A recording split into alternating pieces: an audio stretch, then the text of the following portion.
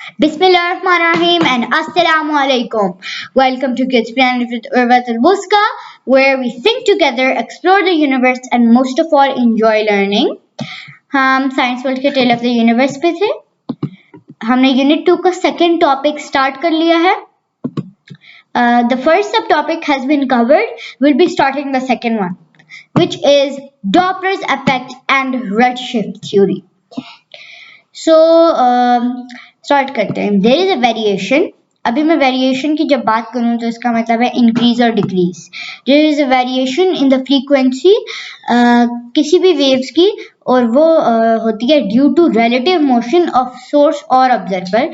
Doppler's effect के मुताबिक हमें एक्सपीरियंस करना चाहिए एन इंक्रीज इन फ्रीक्वेंसी जब सोर्स और ऑब्जर्वर क्लोज हो जाए. एवरीडे लाइफ में डॉपलर्स इफेक्ट की एक एग्जांपल मैं आपको अभी देती हूँ, और वो ये है कि कंसिडर करें कि एक कार जो है रोड पे है. जब वो कार आपके पास अप्रोच करेगी तो उसके इंजन का साउंड होगी वो हायर पिच पे होगी. Actually pitch is directly proportional to frequency. इसका मतलब है कि उधर फ्रीक्वेंसी ज्यादा होगी इसलिए पिच भी हायर होगी. लेकिन जब वो पास हो जाएगी और चली जाएगी तो फ्रीक्वेंसी कम होगी. It means that there will be it sound will be at a lower pitch. Similarly जो पुलिस होती हैं वो यूज करती हैं इस डॉपलर्स इफेक्ट को ताकि वो मेजर करें स्पीड ऑफ कार्स, और वो इनको ऐसे मेजर करती हैं by measuring the wavelength of pulses of radio reflected of them. अगर आप यही रूल्स अप्लाई करें लाइट रेस पे तो इसका मतलब ये होगा कि जब सोर्स और रिसीवर अपार्ट होंगे तो फिर रेड शिफ्ट होगी और blue shift in the reverse case. In easy words, I would say कि increase in wavelength means red shift and decrease in wavelength means blue shift. चले अब हम implement करते हैं Doppler's effect on the light spectra of a distinct star, और फिर हम discuss करेंगे उसके possible outcomes. First of all, हमें imagine करना है a source of light जो कि हमसे constant distance पे है. वो emit कर रहा है waves of light at a constant wavelength. अब ये बात ऑब्वियस है कि जो वेवलेंथ ऑफ द वेव्स होगी वी विल रिसीव वो भी सेम होगी as the wavelength at which they are emitted. अब आप सपोज करें कि वो जो सोर्स है वो हमारी तरफ मूव करना शुरू हो जाता है. तो जब वो सोर्स नेक्स्ट इमिट करेगा नेक्स्ट लाइट रे, तो जो नेक्स्ट वेव क्रस्ट होगी it will be nearer to us, so the distance between the wave crest will be smaller than when the source was stationary.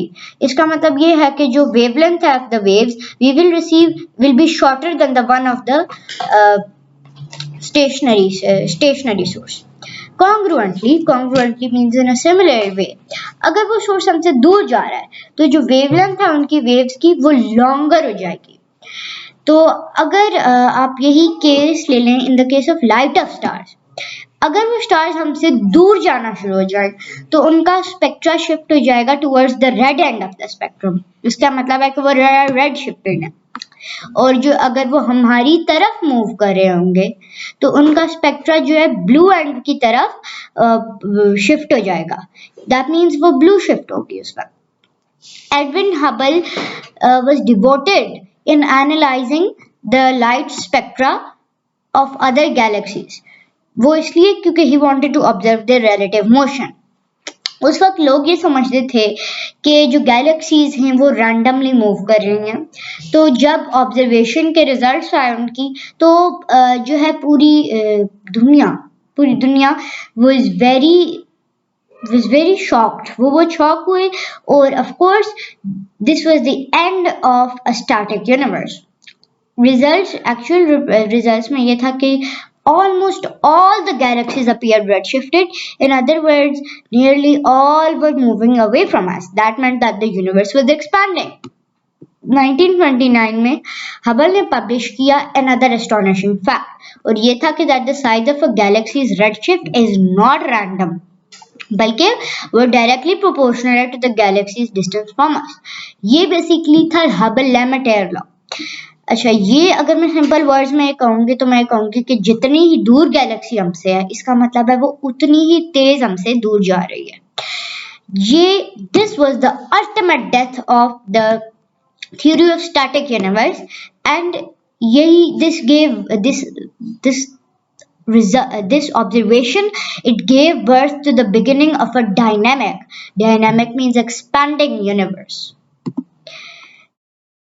आज जब मैं connect करती हूँ dots को बैक, तो ये बहुत अनयूजुअल लगता है कि जो idea of a dynamic universe है ये remained किया unexplored till the 20th century, even in the presence of Newton's law of gravitation and the dark night sky paradox theory.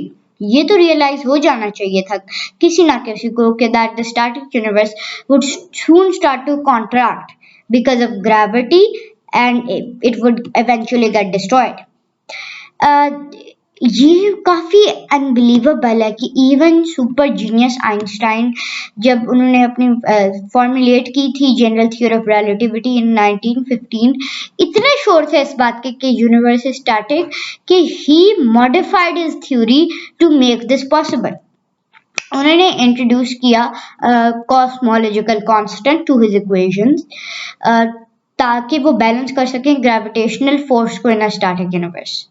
और वो जो कॉस्मोलॉजिकल कांस्टेंट था was basically a new anti gravity force. और उन्होंने ये claim किया कि जो स्पेस टाइम है उसमें एक इनबिल्ट टेंडेंसी है टू एक्सपैंड, और this could be made to balance exactly the attraction of all the matter in the universe. So this would result to the presence of a static universe. अब आप इधर देखें, this is a visual explanation of the redshift theory. अब आप ये समझें कि एक गैलेक्सी है और ये गैलेक्सी आपसे अगर अभी दूर जा रही है तो ये गैलेक्सी रिसीड कर रही है, तो इसका मतलब है रेडशिफ्ट है. और अगर ये आपके करीब आ रही है तो फिर ये ब्लू शिफ्ट हो रही है. So this is the end of the Doppler's effect and redshift theory. Thank you very much.